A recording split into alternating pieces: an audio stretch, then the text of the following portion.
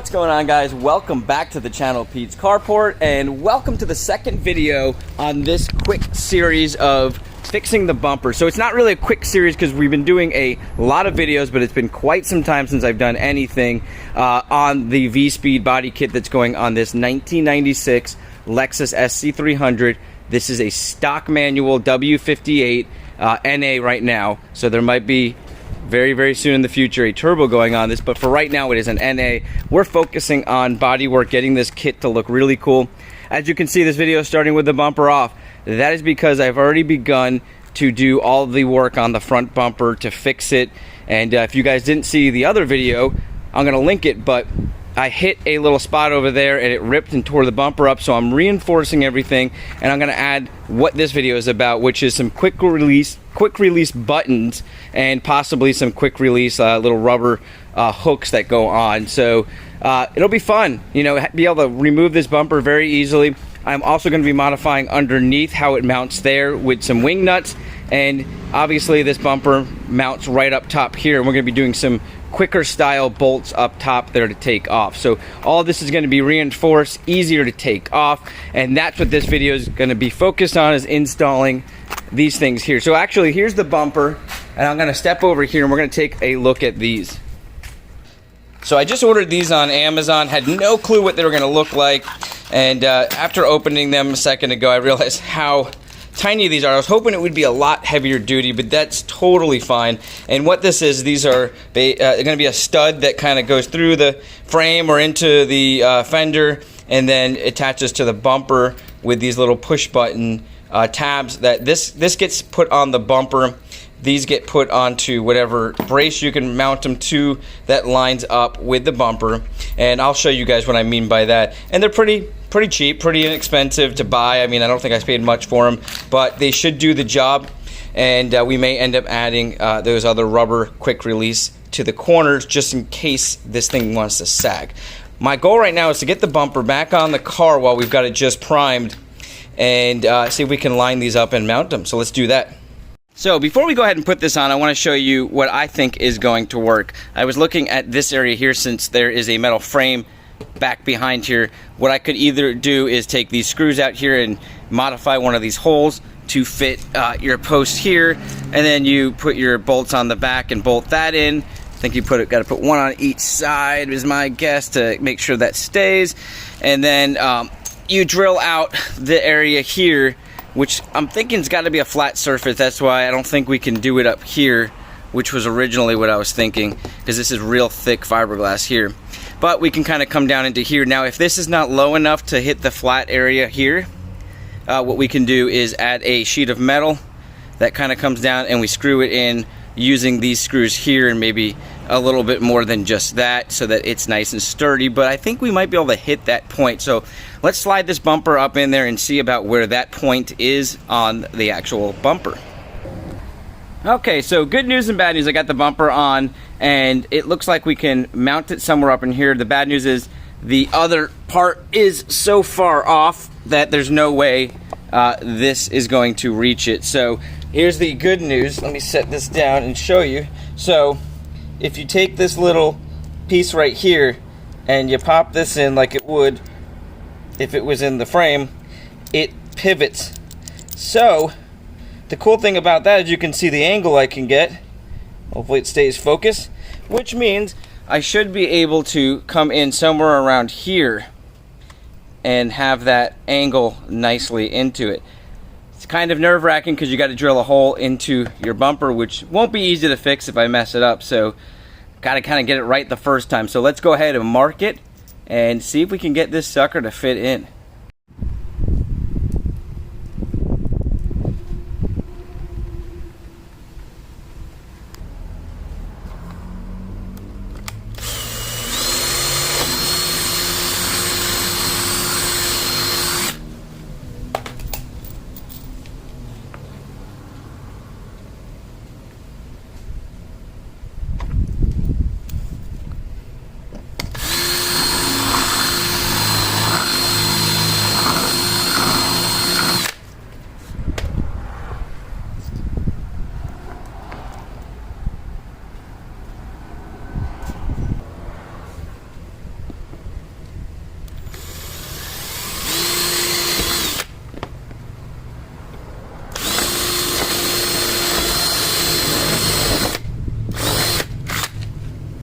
So guys, I finally got this side all lined up and looking perfect. I've got everything set up right now so I can show you guys how this clips in, because it's not that easy to clip in and on-clip. You do have to apply pressure.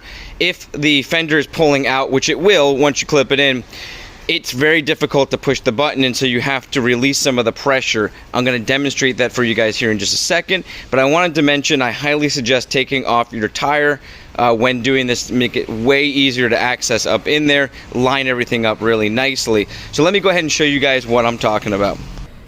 Okay, so to be able to clip and unclip this, you need to be able to access the inside of your wheel well here, and you want to press, especially with the angle that I have, press in until it snaps in, and you can see it is not that easy.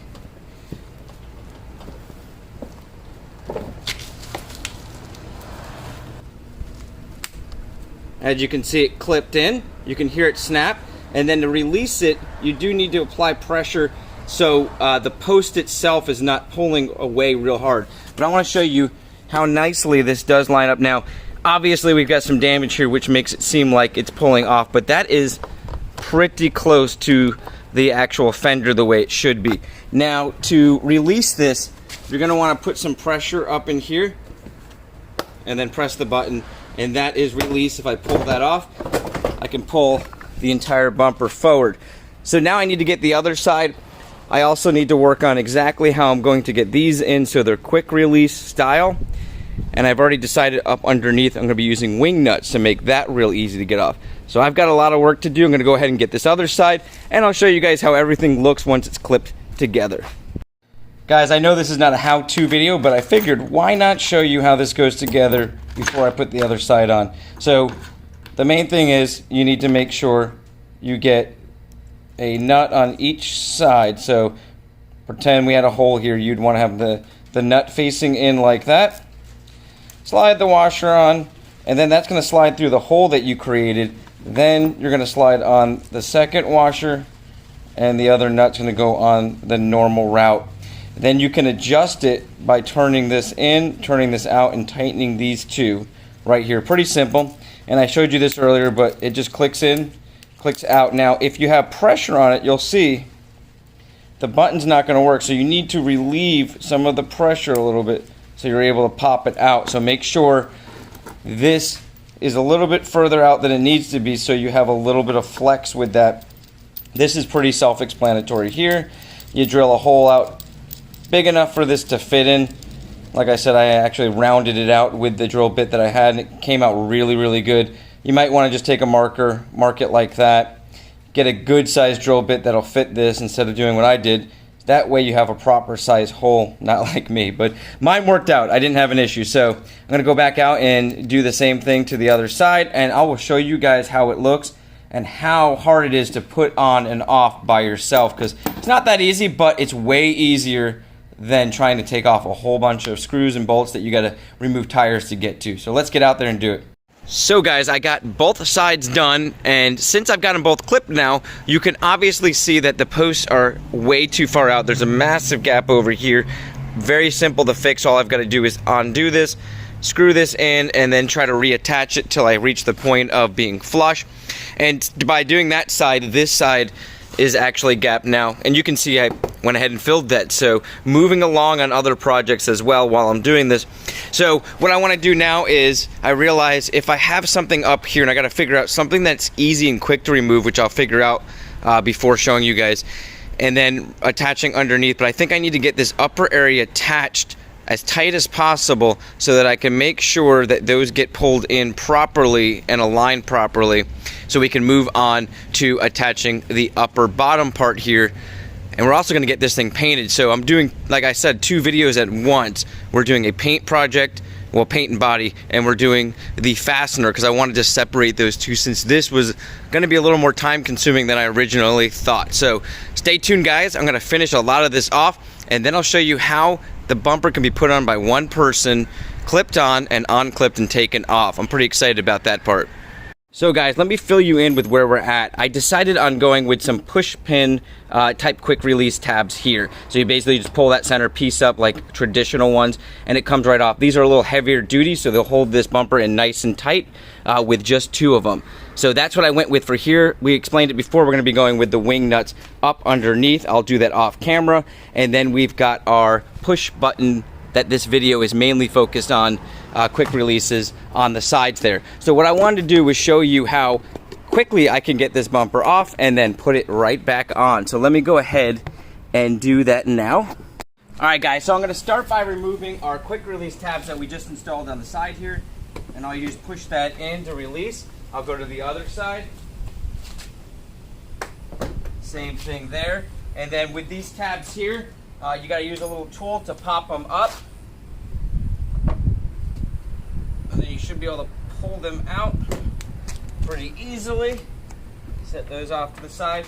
And now if we have to remove our little wing nuts on the bottom, if we had those connected, and then you can kind of pull the bumper forward like that. Now we did not paint the bottom of this due to the fact that it's going to get beat up and scratched up. Now let me show you how quickly you could get it right back on.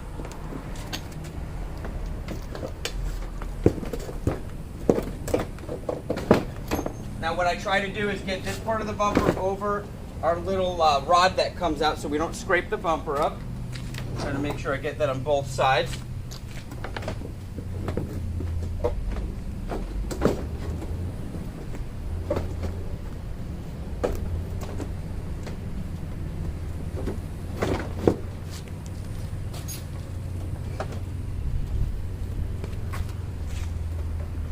Like so, and then we can slide this up into place, push our little pins in, snap them down, click them in. Alright, and then we move on to our quick release. That one's clicked on there.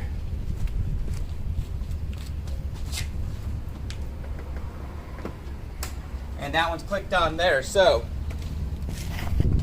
as you guys can see, there is a gap over here, but we had that gap before. We're going to put some, probably some kind of gasket filler there, just because that light is not completely lined up. This side is nice and snug. We did some body work there. We're going to finish off, and it is nicely up in there. All we would need to do now is put on a couple wing nuts. We need to jack the car up in order to do that, but that would finish off our removal and putting back on bumper.